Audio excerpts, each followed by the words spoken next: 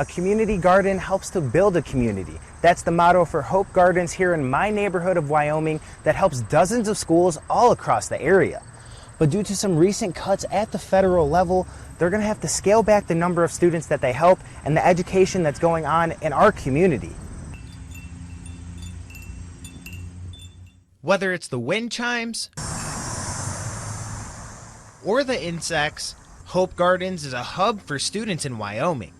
We do year-round programming, and this particular school, the produce here is used to help supplement the school gardens that we have. We have school gardens on site at the other schools. Julie Brunson, the nonprofit's executive director, tells me they've been helping students learn about the food we eat for over a decade. So we have 14 schools and 13 are in Wyoming, and so our focus is growing in Wyoming. Last year was with students, about 2,600 students. But this year, they have to scale back. H.O.P.E Garden gets a third of its funding from the federal SNAP Ed program. A recent budget bill called for cuts to that cash. So we have to actually cut back on the amount of students we see and the amount of times we get to see the students. We were seeing the students 8 times a year. The Gardens will now only visit the schools 3 times a year.